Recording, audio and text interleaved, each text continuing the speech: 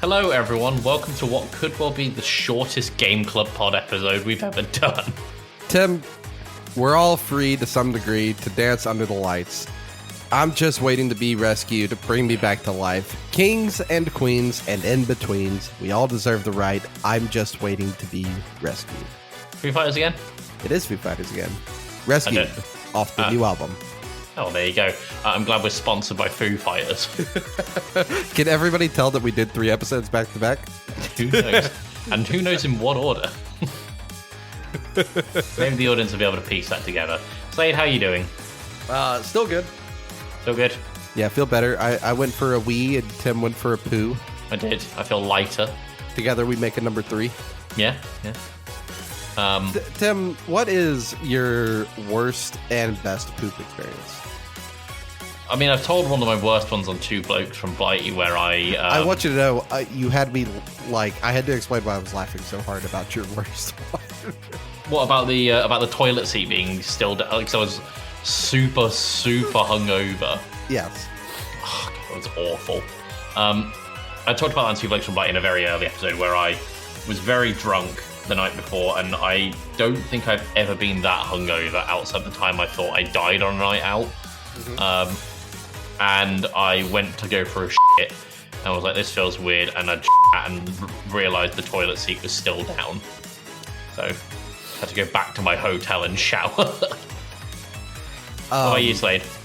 My worst was you... So everybody knows this feeling where you were half awake in a... you wake up from a nap, and you're still kind of in a doze. Mm-hmm. And I thought I had to fart it, but I shit. No, I read a thing from Craigslist once that said when you gamble on a fart, no one wins. Yeah, so I'm on the couch on my side, a little bit of shit in my underwear, trying to figure out how to get off the couch into the bathroom. From my living room to the bathroom in the hallway. It's not a long distance, mind you, but I would like to do it without getting shit on the floor. So I army crawled to the bathroom. Belly down and all. Yep. That's amazing. So adjust my webcam because I'm going to What's your best poop? I don't know, so I don't really keep a track of them. I did used to use an app that was like... it was more to track where you'd had a shit. Right. And the whole thing was to build a map of where you'd done it. That's about it. Well, I still think my best one, and I posted the photo where I took a photo of the sunset on the side of the Gunshot Island here in Alabama. Oh yeah, that's right, you put a bucket over it. Yeah, well, I was shitting in the bucket on some farmer's land, and I left that bucket next to their burn pile. I mean, at least you gave them fair warning, I'm assuming. Yeah. No, not really.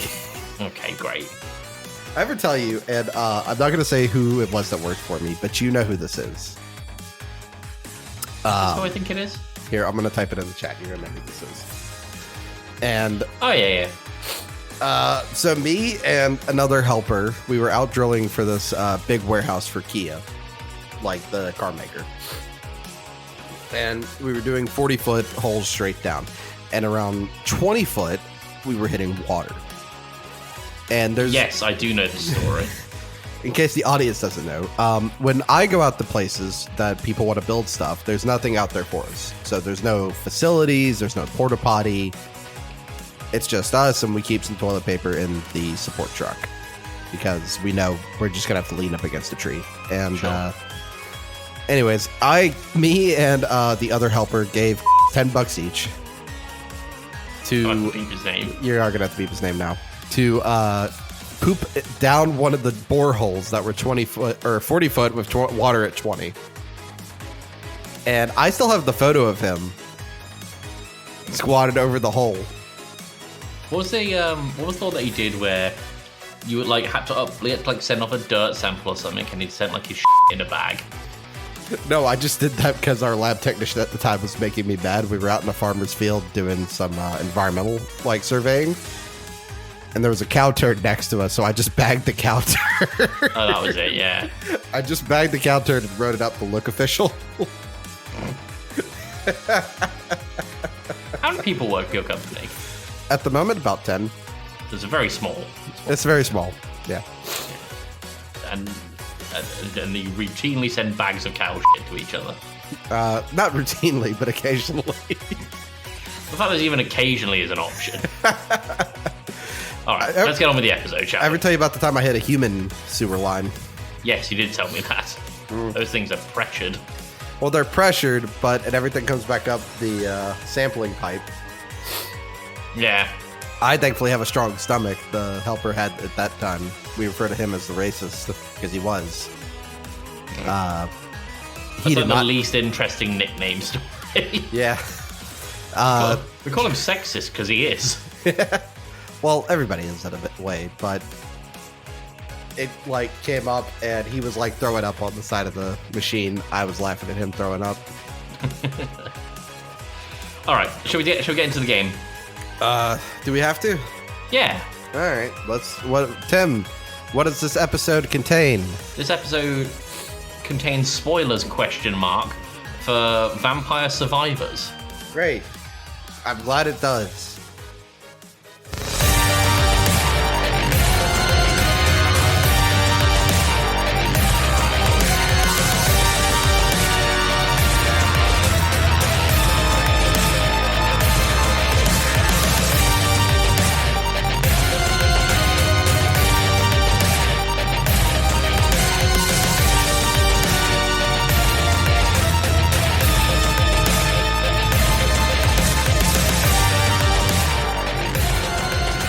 Hello and welcome to Game Club Pod, where we talk about video games once every 2 weeks, not too dissimilar from a book club. I was about to say not too dissimilar from a podcast. I'm Tim at When Bembo and Everything. I'm joined by one of my usual co-hosts, Slade. Hello, how are you doing? I'm pretty good. Good. Before we get into the main episode of the game, or the main topic of the episode, which is Vampire Survivors, as usual, quick gaming question. Slade, what's the most old piece of gaming history you own? The copy of E.T. for the Atari 2600. The game that caused the crash. Well, it wasn't the entire cause of the crash. No, but it was a big component. So, like, if the crash was, like, tilted on the cliffside, this was, like, the sledgehammer swing to knock it all over. Yeah. I'm looking over on my shelf now. I've got copies of Street Fighter Third Strike, Street Fighter Alpha, Tekken 1, Mortal Kombat 1, all original copies just down there. Although I did see my case for Tekken 1 is broken, which I'm Tim, not happy about. Do you remember the time we played Taskmaster? Yeah. And I ran off all happy and smug. So, to preface this, we played Taskmaster. For those who don't know, it's a game show. Do you guys have it in the States? We do not. If you watch it, watch the British version. That's the better one. The Australians have one, but it's not as good. It's not. So, essentially, Greg Davies. Yes. And Alex Horn. Little Alex Horn. Task 4 celebrities were doing tasks each week, and they're normally, a little bit silly. They have to get a bit creative, and the points are very arbitrary, a bit like Whose Line Is It Anyway? And it's just all a bit of fun. And during lockdown, I hosted a on Discord Taskmaster in a Discord I was in, and one of the things I had was go and find a physical game that you own. The lowest score on Metacritic wins. And so Slade ran away being like, oh, I can do this. And he comes back with a physical copy of Atari, of ET on the Atari 2600, which is a hell of a find. But the problem is it doesn't have a Metacritic page. So I didn't get a single point for that. No points. I got no points for that. But do you remember the video I made for you about the, and it's also something I got no points for, was how many beans are in a tin of Heinz beans? I had Slade go to the store and buy a tin of baked beans and count how many beans are in the tin. And I just occasionally showed people the video of Slade counting the beans in the tin and moved on. So what was great was I had filmed it, but no one knew it was me who had filmed it. Yeah. And it was me at the grocery store throwing it in like the buggy or shopping cart, depending where you live, throwing it in there. And there was like multiple ways of me trying to like open it. And one of them, the one that gave it away was when I pointed a gun. Yeah. At the can. But the whole thing was how many beans are there in a tin of beans? And Slade was like, 350 or whatever it was. I was like, all right, thank you, Slade, and then moved on. Well, no. What you were trying to get people to figure it out, and if somebody went over or like got close to it, then I would get points. No one got it. Yeah. I was upset by both of these factors. Also, just so you know, Greg Davies, he's really tall. He's 6'8". He is a huge dude. Now, he says little Alex Horn. It's just a little from his perspective. Do you know how tall Alex Horn is? No. 6'2". He's my height. Yep. Which also makes him 2 foot taller than Joey. Yeah. Little Joey Fitz. Little Joey Fitz. That's what we're going to call him from now on. There we go. All right, so Vampire Survivors is a game that came out on Nintendo Switch. It came out on Android. I'm pretty sure it's on iOS. Came out on Xbox One and PC and Mac on October 20th, 2022 for the PC and Mac, and then some point later on down the line for everything else. It was developed and published by a company called Poncle. I've made a note here that I've made a note of the full price of the game. And this is something I wish that we brought up in the Stardew Valley episode, because the value for money on Stardew Valley is through the roof. Right, because Stardew Valley right now is $15 USD, and that's not on sale. I saw a comment on Reddit about Stardew Valley that said Stardew Valley is the only game where I wish it cost more. Yeah, if Stardew Valley could easily justify like the $40. I'd say $60 retail tag. Yeah.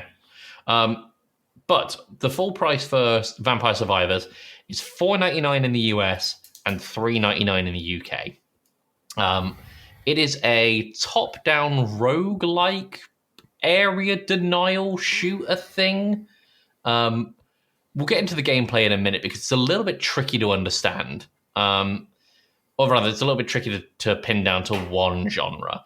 But in terms of the accolades and awards, I haven't made a note of like particular scores from IGN or what have you, but what I have made a note of is awards and nominations. So in 2022, at the Golden Joystick Awards, it was nominated for Best Early Access Launch, and it won the Breakthrough Award. At the Game Awards that year, it was nominated for Best Debut Indie Game and Best Game on the Go. For the New York Game Awards, it was nominated for Big Apple Best Game of the Year, but it won the Off-Broadway Award for Best Indie Game. At the DICE Awards in 2023, it was nominated for Game of the Year. It won Action Game of the Year. It was nominated for Outstanding Achievement for an Independent Video Game and Outstanding Achievement in Game Design. At the Game Developers Choice Awards, it got an honorable mention for Game of the Year. It was nominated for Best Debut and an honorable mention for Best Design. And at the British Academy Game Awards, it got Best Game. It won that. It was nominated for Best British Game, nominated for British Game, nominated for Debut Game, won Best Game Design, and it was nominated for Original Property. So it's made the rounds. In terms of the awards. But I'm going to go to immediate thoughts with Slade. Not a fan? Not a fan is the nicest way to describe it. I don't know what you want me to talk about, how the left joystick on the controller feels or how my eyes glazed over after a couple hours. There's nothing to it. It's a bore. And that's like the worst thing a game could be, is extremely boring. Do you want to go into specifics or? No, there's just nothing to it. You don't do anything other than walk. Yeah. Yeah, and it's really boring. Tim, I broke a rule. I played it on my phone. I don't think that's a rule. We're, like, spoilers, we've got Hearthstone coming up and that's a phone game. Yeah, but I don't play games on my phone. Sure. And I've said that in many episodes. I don't play mobile games because I think they're stupid and I'm not a single mom with nothing better to do. It's awful. It's just nothing to it. It is mind-meltingly just it's the best I can do for it. I do have Joey's thoughts, on the other hand. Let's go to Joey's thoughts. He said, good game, fun time killer, which I don't agree. Really like the pick up a bowl nature of it. Felt really polished for a mobile game. Cool. I'm largely in agreement with Joey in that it was very enjoyable. I don't think it's my game of the year or anything, but like it's It's one that I definitely got really, really into for a while. And it's one of those games where once you start unlocking things like characters and abilities and what have you, it kind of snowballs and eventually just the whole screen becomes flashing colors. But it's very cathartic and satisfying. I didn't find any of that. Oh, no, I absolutely love it. I played this for a few hours. I did one run just to see how long I could live. And I was just trying dumb things. Did you know you could go a really long time if you just hold up? Yeah. I watched maybe like 4 or 5 episodes of an anime just holding up on the joystick and not doing anything else. I think you might have gone between levels because there is a soft limit of 20 minutes per level. No. Yes. Not on the Xbox, at least. I mean, it's a soft limit of 20 minutes per level because at that point, either the timer counts down or the Grim Reaper comes along. I never had any of that. Tim, I did a solid hour of this on Game Pass. But and never had that. So to give everyone an idea, you essentially pick a character, and then you pick a level, which is typically how a video game works. But you are playing from a top-down perspective, and your character has essentially a base ability. It might be throwing knives, it might be a whip, it might be a sword, it might be something magical. It varies from character to character, but you keep slaying endless hordes of monsters that are from Castlevania. Which is interesting, considering this game doesn't have any connection to Castlevania. And well, I don't think these kinds of enemies are Castlevania specific. Sure, maybe like video game specific to Castlevania, but like bats, but like the bone dragon zombies. towers are straight from Castlevania. Like sprites. I never got into that.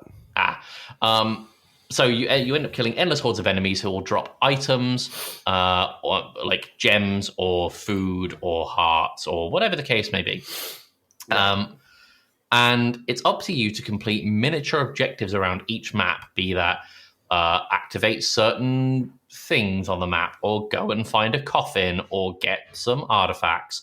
And the more monsters you kill, the more gems you accrue, which allow you to upgrade, and then you can pick your weapon or find treasure chests that contain multiple weapons or multiple rewards. The longer you do this, the more gold you earn, which allows you to unlock more characters and levels, and the cycle continues.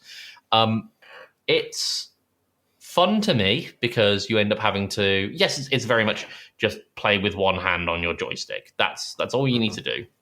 But the intricacies and understanding of how certain weapons and like level mechanics and even character mechanics all connect with each other, I think that's where the fun is. I tried multiple characters. I liked the whip dude because at least he did damage and it seemed more controllable. But like the point of a game is I should be more involved or more active, I would say. I don't know if that's true. And in this case, I felt like I had nothing to do with any of it. It was just walk in a direction, best of luck. Pick your upgrades, slay enemies, go and do the objectives. It's not worth your time. Well, we know Slade's thoughts then. So there is, surprisingly, a plot, albeit very, very brief. It's set in rural Italy in 2021. Hordes of monsters are summoned by the evil Basconte Draculo, and they ravage the land. And the it's Italian. Belpasse family and other heroic survivors take it upon themselves to defeat Draculo, mow down thousands of night creatures, and survive until dawn. Vampire Survivors is a gothic horror game with roguelike elements where your choices can allow you to quickly snowball against hundreds of thousands of monsters that get thrown at you. I'm sorry, this takes place in Italy? Yeah. Where Beretta, the gun manufacturer, is? Okay, but guns don't typically work on vampires. Silver Bullet, my man. Well, there's werewolves. Same thing. They're not. One's a dog. Well, just tell it to say woof and just take it out. Easy peasy. I mean, I like the music. You probably didn't.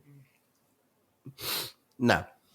Cool. Joey didn't comment on the music. So we'll go with a middle ground on that. Middle ground? This is 2 against 1. Well, no, if Joey didn't comment on it, he can't. He didn't comment, so that makes it my side because I didn't comment on it either. Well, you've just said you didn't like it. That's a comment. I don't remember it. It's good music. It's not memorable. But it's good music. Hello, everyone. Post-production Tim here. I was listening to this episode, and I personally felt like we didn't touch on a lot of the things that make Vampire Survivors unique and have a lot of replayability. So I just thought I'd record a little something in here to make it a lot more comprehensive of coverage. So this isn't something we'd normally do, but I personally just wasn't happy with the episode. So what I wanted to touch on was some of the system mechanics, some of the characters. So to give you guys an idea, we talked about it in the episode, but the main player input mechanic is to simply walk in a direction and pick your upgrades depending on how many gems you've accrued. Now, that sounds very straightforward on paper, but how that movement works is going to vary depending on what weapons you've selected and even what character you've selected. So, for example, I've got the wiki pulled up here on my left, and I'm seeing characters that have guns and spells and throwing knives and whips, and there's a dog that you can play as, and each of them offer a different base weapon, as it were. So if you've tried using the garlic, for example, which creates an air of effect around the player to kill multiple weak enemies and damage some ones with higher health, then you might want to lean into a character like Poe, who is an old man whose base ability is garlic. So as a result, he has a very strong garlic set of moves. There's Portia as another example, who does randomly base lightning strikes, and I believe it's determined by the size of a group of enemies. So if there's 4 in one group and like 8 in another one, it'll strike them.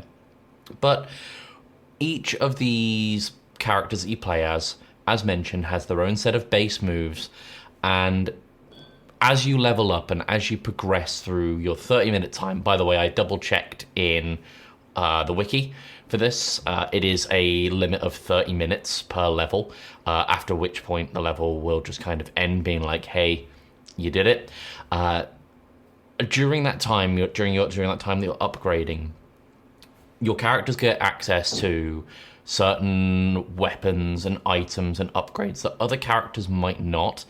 And there are some characters that have a little bit of crossover with each other. So, for example, you may be playing as Clarice, who has holy water that creates areas of damage, but the holy water comes in from the sides of the screen as opposed to from the players. But in addition to this, they may also get access to the whip, which is Antonio's primary weapon, or the vertical casting magic of Papaya, another character who's like a sorceress of sorts. And it's about the combination of really understanding what your weapon can do against what kind of enemies and level layout and really abilities that you're expecting to get. In some cases, there are boss enemies that you are going to need to be aware of when going into a level. Now, granted, the game doesn't give you that alert or that awareness to what enemies can be souped up to be like mega enemies or bosses. But by playing the game over and over again with these different characters in these different levels and layouts, you get a feel for what works for you and what you can generally expect from each level. To give a primary example of this, I mentioned Papaya has a cast in magic that creates essentially a vertical area of denial above and below the character that kind of fans out a little bit, and that happens maybe every 5 seconds. So what's really good for Papaya, if you're going to play as them as an example, is the second level of the game called the Library, which is a infinite side-scrolling level. Most of the levels in this game do have an outer limit, but the library doesn't, to my knowledge, or at least I never reached it. But you just need to worry about moving up and down and maybe backtracking on yourself to gather gems, as you're essentially creating a wall of death. And that is the best means, at least I found with Papaya, to level up that character and to really dabble with other character weapons, because each one almost gives you a little preview of what another character can do. I just thought it was pretty paramount that we mention this, and I don't know why I didn't think to bring this up in the episode, but I just wanted to add a little addendum here to the thoughts and just bring it to everyone's attention. We're going to go back to the scores now. Thanks for listening to me kind of rattle off the dome here. Appreciate you listening to my incomprehensible shit. Thank you. All right, well, again, I said this would probably be a very, very short episode, because it really isn't that much to talk about. Let's go to scores. Sure, absolutely. Joey sent me his score for this. What? He did. What did he say? Let me pull WhatsApp back up on my phone here. Joey gave it a 6 out of 10. Wow. Tim, what would you like to give it? I'm going to give it a 7.5. 7.5. Wow. I put it above BlazBlue. I would rather play this than BlazBlue, to be honest. That doesn't surprise me, if I'm honest. No. I'm going to give this a 2. Wow.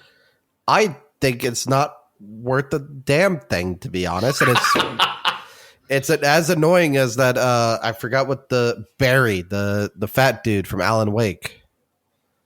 Oh, yeah, that guy. This is something that he would play while he's in a public space on full volume at the annoyance of everyone else. I don't think Barry from Alan Wake would play video games. I think this is what he would play, and he would play it at full volume to annoy everybody else in a public setting. I'd personally recommend it on something like a Steam Deck. It's maybe 200 meg. It's very small, and you can get really into sessions very easily. I don't think it works for phones much. I'd recommend anything else. So it's a very solid recommend, a possible recommend, and a not recommend. Yep. Which gives it a 5.16 repeating. That seems very low to me. Good. All right. Well, join us in 2 weeks' time where Joey's back. Joey's back. Joey's back. And we're going to be playing Slade what? Dredge. I still haven't started it. You should. It's really good. I hear it's good. I just haven't started it. I have another game I'm going to add in, which I'm going to put in right now.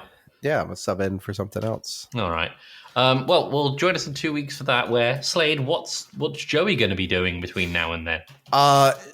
Joey, between now and then, is going to be going to the studio that made Vampire Survivors and telling them that there's more than one button on a controller.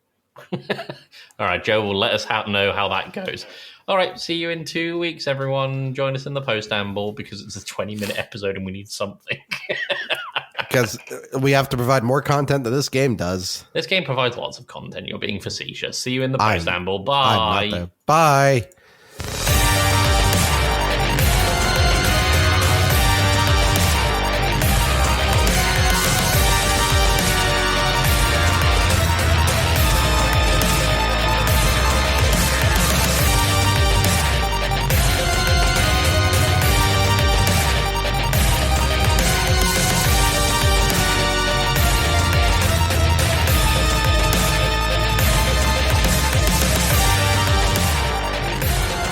Tim, I have something for you here in the post-amble. What it is? I sent a message to 2 friends of ours the other day.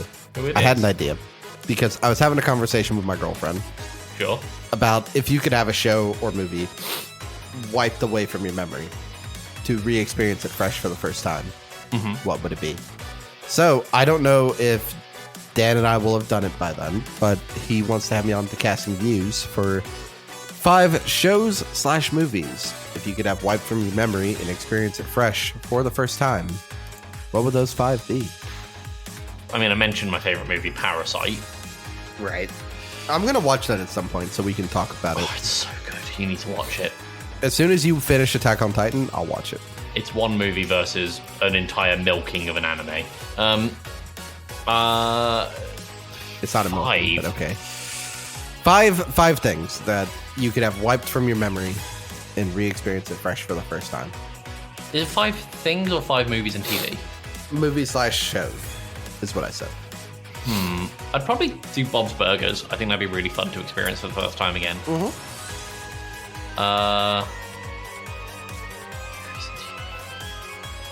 What We Do in the Shadows. Right. You ever seen that? No. It's very good. I think you'd like it. What else? Probably Whiplash again. Okay. This is going to be a repeat of the preamble of last episode. Well, 2 episodes ago. 'Cause I started counting. Yeah. God, what else would I watch?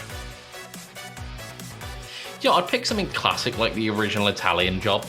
Like, okay, the Italian Job. I was about to say, remember, it's not just TV shows. It's TV/movies. Yeah, I picked movies. Okay. You know when I said Parasite, you know I'm not talking about the anime. No. I'm just, yes, I know. Yeah. I'm just making sure. Yeah. What about you? How many? You only got the 4. I did 5. No. Parasite, Whiplash, Bob's Burgers, What We Do in the Shadows, The Italian Job. Oh, okay, that's fine. I would re-experience Breaking Bad. Yeah, you know what? Actually, that's a really good call. Breaking Bad for the first time. Attack on Titan, which is what brought up the whole idea anyway. Because, like, if I could have my memory wiped and rewatch an entire show, start to finish, Attack on Titan would be that show. Sure. Those 2. What's it called? The Sopranos. You know, I'm swapping Whiplash for Airplane. Ooh, okay. Blazing Saddles. Because, again, that's my favorite comedy. Sure. That one, and then Animal House. You've seen Airplane, haven't you? I have seen Airplane. Okay, cool. Okay. I've seen Airplane several times. Oh, it's so good. There's something new every time I see it. So, like, there's one joke that I never noticed until maybe the 4th or 5th watch of it, where the plane is taking off at the end of the movie with the autopilot and his autopilot wife, and there's a choir that are being like, ah, but like, right. They get so high in pitch that half of them can't keep up with the tone, and you like hear some of them like losing tone and breaking voice. It's like really funny. I think one of the best things in the movie Airplane is the whole, is this your first time? Yes, it is. Nervous? Nervous? No, I've been nervous plenty of times. I've been nervous lots of times. It's like, oh, do you want a smoking or a non-smoking ticket? Smoking, and she hands in the plane ticket and it's on fire. Have you ever seen Blazing Saddles? Yeah. Oh, it's one of my favorites. The first bit of the movie with the sheriff is near. Never fails to get a good chuckle out of me. Oh, it's pretty good. I think we should keep this for a really short episode for a really short game. Game in the biggest air quotes. It's a game. It's not a game. It is a game. Maybe they should put more effort. They should put more effort into developing a game. I think they put in a lot of effort. I think they put as much effort into this episode as they put into developing. It's a very low energy episode. It's a very low energy game. It's not. It's a lot of energy. You just need to play more. All right, we will see everyone in 2 weeks' time for Dredge. All right, bye everybody. Bye.